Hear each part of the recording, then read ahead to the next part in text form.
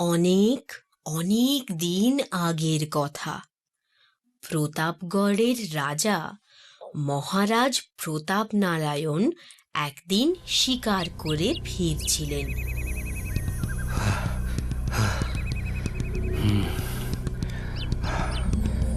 আমি বড় ক্লান্ত, তৃষ্ণার্ত। রতন সিং, আগে মহারাজ। আমি এখানে একটু বিশ্রাম নিতে চাই। তোমরা এক কাজ করো, ওই তরমুজ ক্ষেত থেকে ভালো দেখে কয়েকটা তরমুজ নিয়ে এসো, কেমন? এই যাই মহারাজ। এই এক্ষুনি নিয়ে আসছি।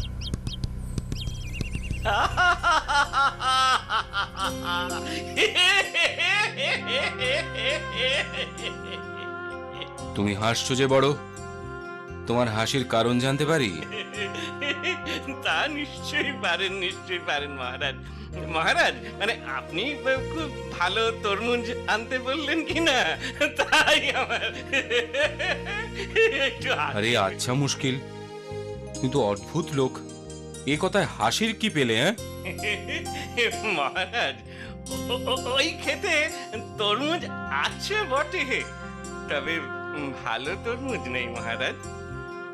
আমার অনুমান যদি ভুল না হয়, তুমি তো দৃষ্টিহীন। তা ঠিকই বলেছেন মহারাজ, আপনার অনুমান সঠিক। আমি অন্ধ, দু চোখে কিছুই দেখতে পাই না। তবে আমি মনের দৃষ্টি দিয়ে দেখি মহারাজ। পায়ের আওয়াজ পাচ্ছি, মনে হয় আপনার ওই দুই অনুচর এসে গিয়েছে।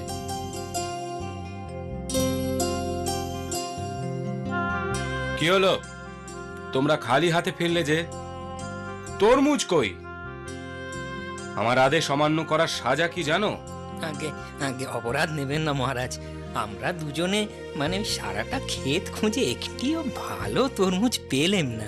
নয় পচা, নয় ফাটা, নয় শুকনো তরমুজ, এসব বাজে অখাদ্য তরমুজ আপনার জন্য কি করে আনি মহারাজ বলুন তো? বটে, সব বাজে তরমুজ? আগে হ্যাঁ মহারাজ। তাহলে তো দেখছি ওর কথাই ঠিক, কিন্তু আমি কি করে জানতে পারলাম, তাই তো? হ্যাঁ। মহারাজ, এসব জানার জন্য চোখের দৃষ্টির প্রয়োজন হয় না। আসলে এখন তরমুজের সময় নয় তো। সময় থাকতে থাকতে ভালো তরমুজগুলো চাষিরা ঘরে নিয়ে চলে গেছে। যা পড়ে আছে তা ভালো নয়, আর সেজন্যই ওগুলো ওরা নিয়ে যায়নি। বুঝলাম। তোমার নাম কি? কোথায় থাকো তুমি? আমার নাম মাধব।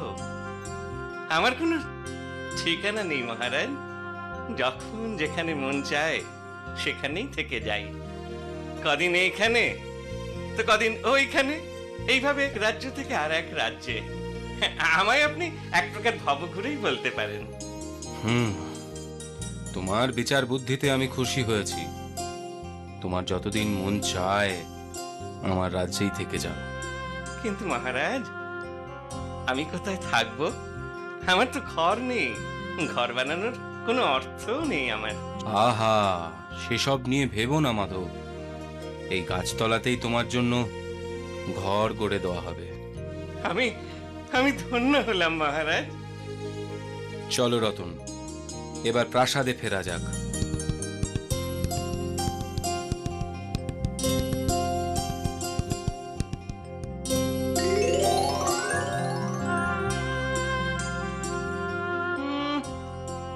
কেমন তার রাজা, আমার মতো বিচক্ষণ ব্যক্তিকে কোথায় সমাদর করে রাজসভায় রত্ন করে রাখবে তা নয়, এই ছোট্ট কুটিরে আমার ঠাঁই হলো।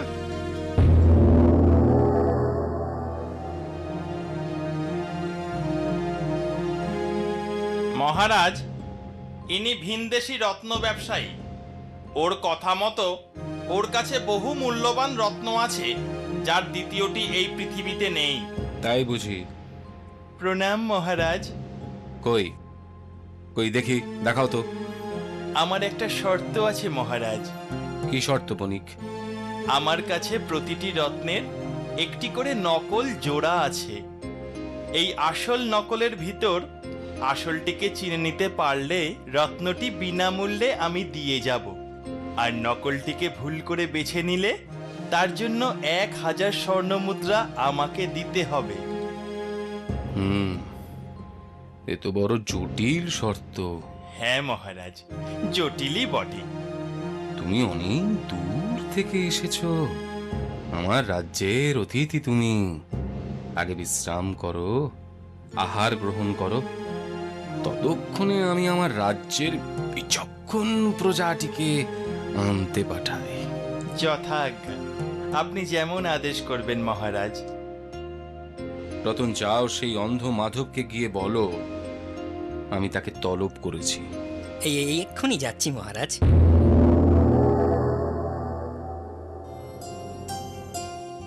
এই যে, চলো হে মাধব বাবু, মহারাজ তোমায় তলব করেছেন।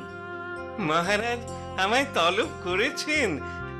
আচ্ছা প্রহরী, আমায় যে নিয়ে যাবে, শকট পালকি কিছু দেখছি না তো। বোঝো ঠেলা, খেতে পেলে আবার শুতে চায়। হেঁটে চলো, হেঁটে। তবে তাই চলো।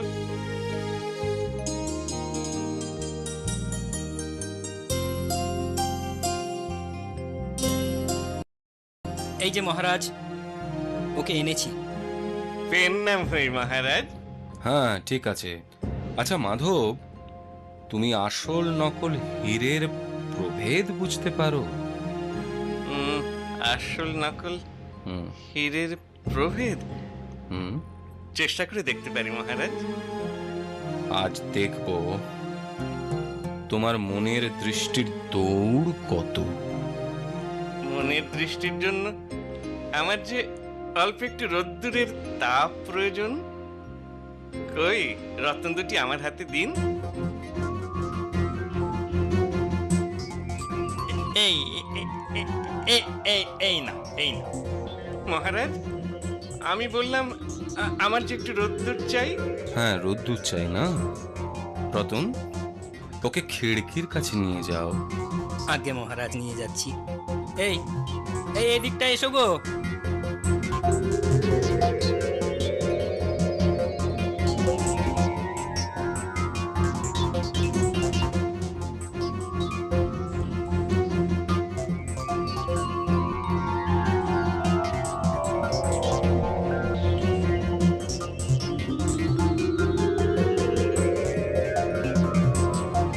মহারাজ, আসল নকল আমার চেনা হয়ে গেছে। এইটি হলো আসল রত্ন। কি আশ্চর্য! একদম নির্ভুল বিচার। এ কি করে সম্ভব মহারাজ? সবই সম্ভব। আছে আছে বণিক, আমার রাজ্যে আমারই মতো বিচক্ষণ অনেক ব্যক্তি আছে। মহারাজ, তাহলে আপনি জিতে গেলেন। আচ্ছা বণিক, তুমি তাহলে এসো এখন। আর হ্যাঁ, আসল রত্নটি রেখে নকলটি নিয়ে যাও। যে আজ্ঞে মহারাজ। আমিও তাহলে এখন আসি মহারাজ। দাঁড়াও মাধব, এবার বলো তো তুমি আসল নকল চিনলে কেমন করে? মহারাজ, আসল হিরে রোদ্দুরেও সহজে গরম হয় না, কিন্তু নকলটি কাচের বলে সহজেই তপ্ত হয়ে যায়। তখন সেই তপ্ত রত্নটিকেই নকল বলে আমি আলাদা করে চিনতে পারলুম। বাহ বাহ বাহ বাহ বাহ বাহ, অসাধারণ। আজ তাহলে আমি আসি। এসো। প্রণাম। এই, আমি তোর থেকে বয়সে অনেক বড়, আমি তো দাদা, তাই আমি যেভাবে সম্পত্তি ভাগ করব তোকে তাই মেনে নিতে হবে। বড় বলে একেবারে মাথা কিনে নিয়েছো আর কি। ওসব বড় ছোট আমি মানি না। দাদা বলে তুমি সুযোগ নেবে আর তাই আমাকে মেনে নিতে হবে? আমি এক্ষুনি রাজার কাছে গিয়ে নালিশ জানাচ্ছি। কেন? আমি পারি না নালিশ জানাতে? আমিও যাব রাজার কাছে, আমিও যাব। সেই ভালো, চলো দুজনেই যাই। ঠিক আছে, চল তাহলে, চল, আজই যাই। সবই শুনলাম। খুবই বাজে ব্যাপার, জটিল সমস্যা। আমাকে একটা দিন ভাবতে সময় দাও তোমরা। কাল আবার তোমরা সবাই এসো, বিচার হয়ে যাবে। চলি মহারাজ। এসো। রতন। আগে মহারাজ, মাধবকে খবর পাঠাবো? হ্যাঁ, তাকে বলো আমি তাকে তলব করেছি। আগে মহারাজ, আমি এক্ষুনি যাচ্ছি। কি হে মাধব, সবই তো শুনলে, এর একটা মীমাংসা করে দাও দেখি। মহারাজ, এরা দুই ভাই কেউই বৃদ্ধ নয় যখন, তখন এদের একটা দৌড় প্রতিযোগিতার আয়োজন করুন। তারপর তারপর যে জিতবে সে সম্পত্তি ভাগ করে নিজেরটা বেছে নেবে, এই তো? হ্যাঁ, এ আমি আগেই জানতাম। আজ্ঞে না মহারাজ, আপনার অনুমান কিন্তু সঠিক নয়। কেন? আগে দৌড় প্রতিযোগিতা হোক, তারপর আমি এই সমস্যার সমাধান করে দেব। এখন ঠিক আছে, ঠিক আছে, আজই এদের দুই ভাইকে দৌড় করাও। যাও।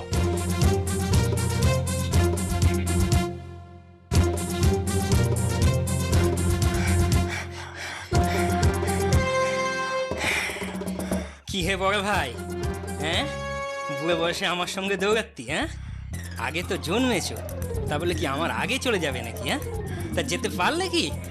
তা পারিনি বটে, কিন্তু বিচার তো এখনো বাকি আছে। হ্যাঁ হ্যাঁ হ্যাঁ, সেই আশাতেই থাকো। চলো চলো, এবার রাজ দরবারে চলো, সেখানেই শেষ বিচারটা হবে। চলো প্রহরী, চলো।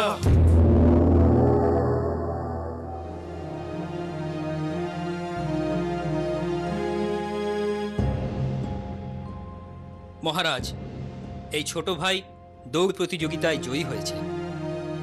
মাধব, এবার তোমার বিচার শুরু করো।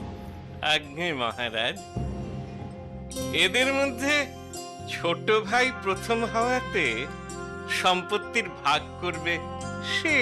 কে বলো তো? হ্যাঁ, আর সে যদি কম বেশি ভাগ করে তাহলে সেই ঠকবে। কেন? কারণ ভাগাভাগির দায়িত্ব তার হলেও দুটি ভাগের ভিতর এক ভাগ বেছে নেবে কিন্তু বড় ভাই। আর এতেই দেখবেন ঠিক সমান সমান ভাগ হবে। তোমরা দুই ভাই খুশি তো এই বিচারে? আগে হ্যাঁ মহারাজ। যদি কিছু মনে না করো এবার তাহলে তোমরা এসো। যথা আজ্ঞা মহারাজ। আসি মহারাজ। আমিও তাহলে এখন আসি মহারাজ। দাঁড়াও মাধব, তোমার কাছে আমার নিজের একটি প্রশ্ন আছে। কি প্রশ্ন মহারাজ? আচ্ছা আচ্ছা মাধব, বলো তো, আমরা মানে আমার বংশ পুরুষ ধরে রাজা? যদি কিছু মনে না করেন তাহলে বলি। বলো। আপনি আপনার বংশে প্রথম রাজা, তাই নয় মহারাজ? আশ্চর্য, আশ্চর্য, কি করে বুঝলে? তুমি তো ভিনদেশী। আমি কিন্তু প্রথম দিনেই সঠিক অনুমান করেছিলাম মহারাজ। কিন্তু কি করে বলো? সে আমি কিছুতেই বলতে পারবো না মহারাজ। হেয়ালি ছাড়ো, বলতে তোমায় হবেই। এত যখন জোর করছেন তবে আমি বলি। বলো বলো বলো, তুমি নির্ভয় বলো। আমার অপরাধ নেবেন না মহারাজ। প্রথম কারণ, আপনার রাজ্যের নাম হলো প্রতাপগড়, না? আর আপনার নাম মহারাজ প্রতাপ নারায়ণ। আর দ্বিতীয় কারণটা কি?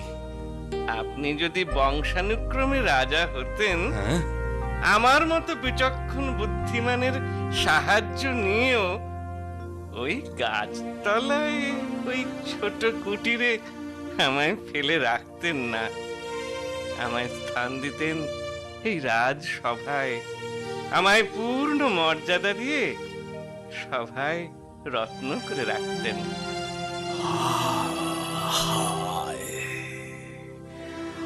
তুমি ঠিক বলেছো মাধব, তুমি ঠিক বলেছো। তবে আজ আমি আমার ভুল শুধরে নিতে চাই। তুমি তুমি আজ হতে আমার সভার প্রধান উপদেষ্টা। তুমি আমার প্রধান উপদেষ্টা নিযুক্ত হলে। জয় প্রধান উপদেষ্টা বুদ্ধিধর মাধবের জয়। জয় মহারাজ প্রতাপ নারায়ণের জয়। জয় বুদ্ধিধর মাধবের জয়। এরপর অন্ধ মাধব সসম্মানে রাজসভা অলংকৃত করে সুখে স্বাচ্ছন্দ্যে জীবন কাটাতে